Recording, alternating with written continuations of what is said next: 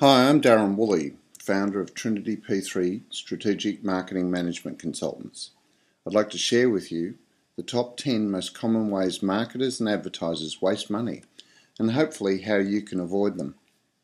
During the past decade, we've been assisting marketers to get greater value for their advertising budgets through process optimization, roster management, and remuneration structuring with their agencies.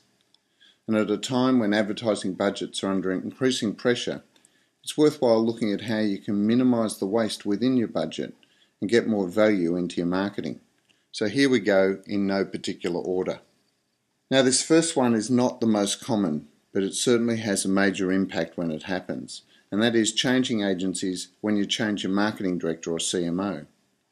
A new CMO can signal the start of a new strategic direction for the brand, but that doesn't mean that the first thing you should do is get rid of the incumbent agencies, as they are an invaluable source of brand and marketing knowledge. Besides, most CMOs will have plenty to contend with in the first 6 months of their role without wasting 3 months or more and more than 600 internal head hours running pitches.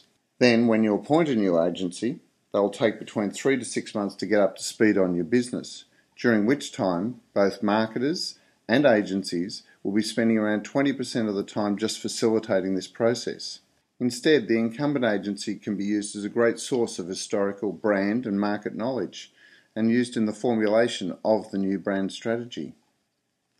And finally, running a pitch badly can cause damage to yours and the company's reputation, because agency pitches are high profile and everyone has an opinion on the outcome. So the best way to avoid this is to implement a 90-day strategic assessment of all your agencies.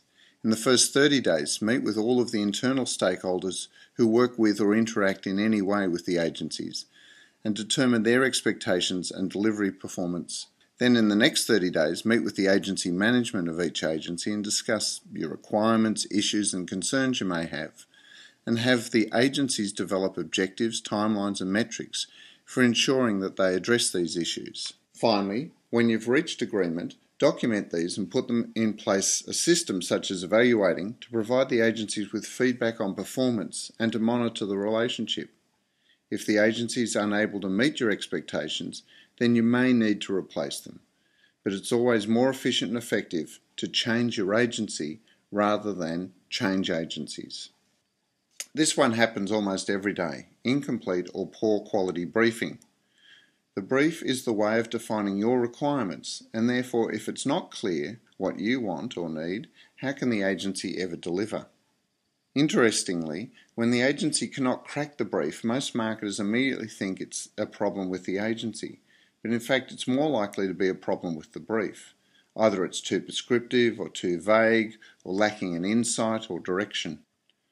The problem is, if the agency is doing multiple iterations of creative work on the brief, this is just spinning the wheels and eating up the agency's resources and wearing out the agency talent working on your business. And a protracted concept development is also eating into production time, driving up costs and compromising the quality of the final product. Now, I'm not suggesting that any marketer should approve work that's not on brief, but clearly, if you have a great brief, the work cannot help but be brilliant. So how do you get a great brief? Firstly, stop thinking about the brief as being a purchase order where you tell the agency what to do. It should be a plan on what you want to achieve, and a plan that is developed and agreed with input from all stakeholders, both internally and externally. Secondly, all through the process, from concept development right through production and the final implementation, every step should be judged against that agreed brief to ensure consistency in approach and relevance to the agreed outcome. Now this one's a little like the previous point: lack of time and project management discipline. The saying time is money is relevant here, because if you do not allow enough time, you'll end up paying for it. When people are under time pressure to deliver, they're more likely to make mistakes, and that will cost more to fix later. So give them time to get it right up front. Likewise, the saying Rome wasn't built in a day is true, because a quality result takes time or money. The less you have of one, the more you'll need of the other. So, to reduce costs, invest the time rather than the money. And if you are rushing for a deadline, I find it interesting that the closer you get to that deadline, the higher the cost of making changes. After all, no one wants to miss a deadline at any cost, right? So how do you avoid this? Firstly, put in place with the agency agreed timelines for strategy, creative and implementation to align everyone's expectations. Next, make the agency totally responsible for project management and give them success criteria which they can deliver against, such as always allowing a 48-hour internal approval process. Finally, because there'll always be those last-minute projects that pop up, develop a fast-track process, rather than simply relying on the fact that the standard process can be sped up, because it can't. Okay, this is not all marketers, but many larger organisations where marketing is a service supplier to the business. We see the marketers and their agencies more focused on spending the budget rather than delivering results. Now, everyone uses the Lord Leverhulme or John Wanamaker quote about 50% of their advertising budget is wasted. They just don't know which half. But in the book What Sticks, they found that in fact only 37.3% of advertising expenditure sticks, because marketers do not learn from mistakes and they're therefore likely to repeat them. The best way to identify if the marketing team is budget or result focused is to see if they measure campaign results, beyond ongoing brand tracking. And more importantly, are the results analysed and the lessons fed back into the process for improvement? If a marketer sets raising brand awareness as the objective, the immediate question is by how much, with whom, and against what trend, and what are the drivers of awareness, and etc. etc. You get the point, right? It has to be specific. So how do you avoid this? Well, a good start is making sure every activity, and I mean every activity, has a specific and measurable outcome. And if it does not, then you need to question the need for the activity in the first place. But there's no point setting a desired outcome if you're not measuring it and then analysing and reporting on the results of that activity. Simply setting an objective is not enough. And of course, you need to share the results and the lessons with the internal stakeholders and the agency, even linking the agency's remuneration to the results they contribute to and achieve. This one's often an issue with marketers who are feeling insecure or out of their depth, and that is being too prescriptive in your requests.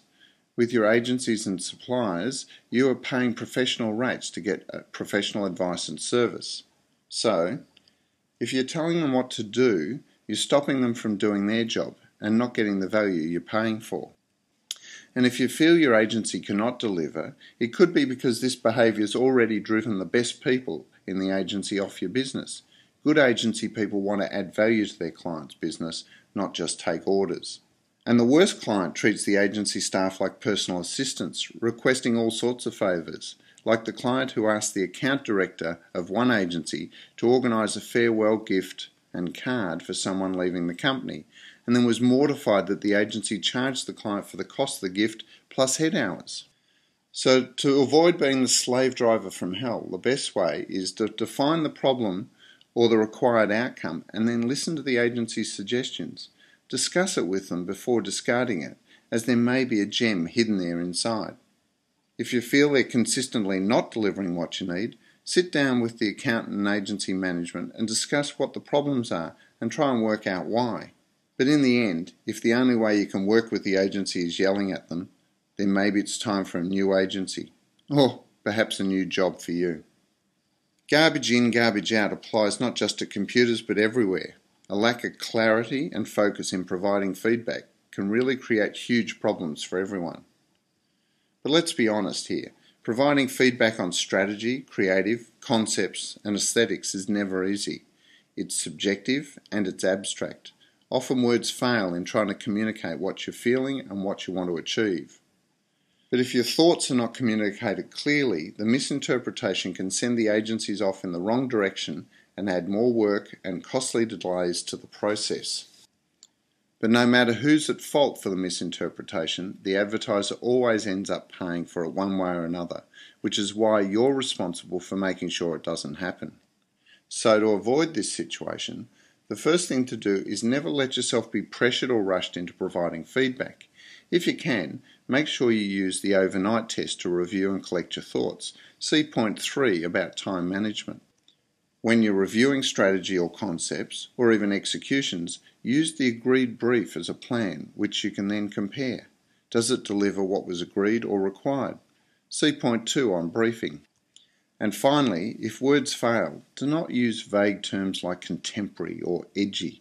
It's better to provide references such as other campaigns or images or pictures to help clarify and communicate what's on your mind. But this takes time, which is why you need to allow time in the process. If there's more than one person involved in the approval process, then this one's for you. Everyone can have an opinion, but in the end, the only one that counts is the ultimate decision maker. The issue is, the more people involved in the approval process, the more steps required and the more changes required to get the project approved. Now, of course, every person has a right to an opinion, but changing the work to reflect their opinion before it's passed on to the next person for approval adds cost and adds waste. The issue is that beyond delivering the job on time and maintaining strategic and creative integrity along the way, there's no financial incentive to keep these changes to a minimum. In fact, I've known of situations where the agency has made more revenue out of changes than they did out of the original production quote. So how do you avoid the cost of multiple changes in the approval process? First of all, try and minimise all of those people that can only say no, and get the work to the people who have the authority to say yes as quickly as possible. If there is a committee responsible for approvals, have all of them in the room at once so that any changes can be discussed and agreed by everyone before any cost is incurred in making those changes.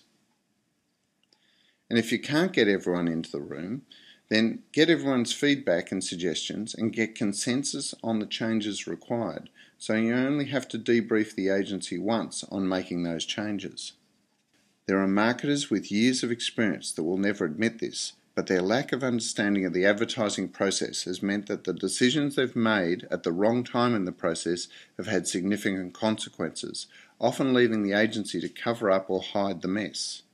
You have to remember the process starts with the brief and continues through strategy, concept and execution. At every stage, the marketers ask for input and approval, and the fact is that all feedback, decisions and directives will have an impact on cost, quality and time. Sometimes it'll improve these, other times not. From the agency's point of view, they want to accommodate the marketer's requests, but without concern for the cost implications. After all, if the marketer requests changes, then they would naturally pay for those changes. The best way of summing up the agency's approach here is from a creative director I know who told me, "In 6 months' time, no one will thank me for delivering it on time or budget. All I'll care about is how good the ad was." And that is why marketers need to be responsible for overseeing the cost effectiveness of each project. And to do that, you need to understand the process. So how do you avoid adding cost due to lack of knowledge? Well, try these. Firstly, never dictate to the agency's specific executional outcomes or requirements unless you're fully informed of the cost, time and quality implications of those directives.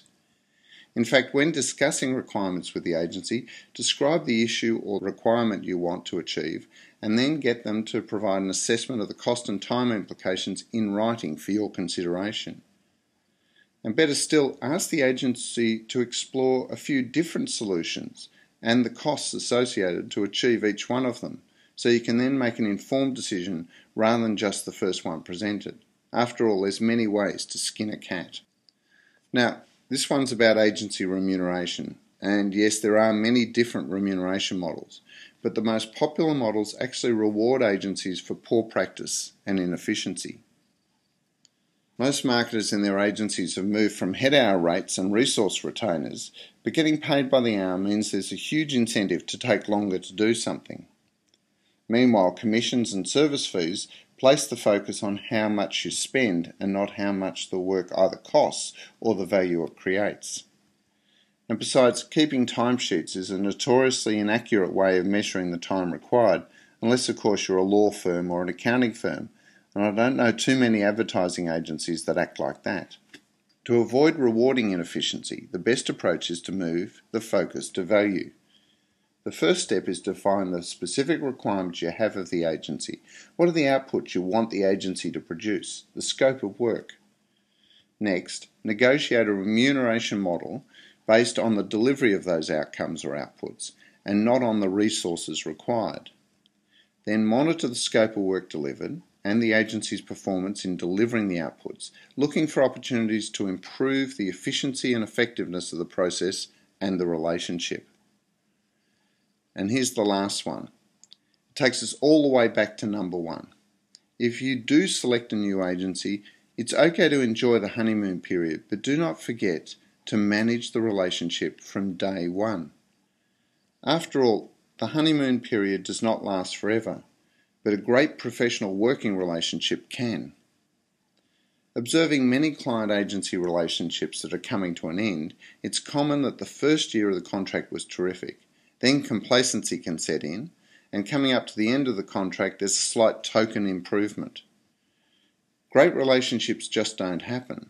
It takes time and effort to manage, but the results are improved outcomes and performance and increased ROI. So it's worthwhile investing the time up front. To get the relationship off to a great start and avoid the trap of falling in love, then you need to set expectations. In the contract, this can either be KPIs or SLAs. Then you need to plan and allocate time and resources to manage the relationships on a regular basis. If there's a number of stakeholders involved, it can be worthwhile using a relationship management system like evaluating every quarter or every 6 months to focus the process. And these reviews cannot simply be a casual chat with the agency. The review should cover quality of outcomes, agency and marketer performance, process optimization and remuneration, with specific issues addressed and recommendations and a plan for implementation agreed. Simply talking about it over lunch will rarely achieve the desired results, except to make the lunches feel like they've done something useful. So there you are. If you're tired of wasting money, then here are 10 ideas that could reduce your waste and add value back into your marketing and advertising budget. And if all else fails, well, you can always call me, Darren Woolley, founder of Trinity P3, Strategic Marketing Management Consultants. Thank you and good luck.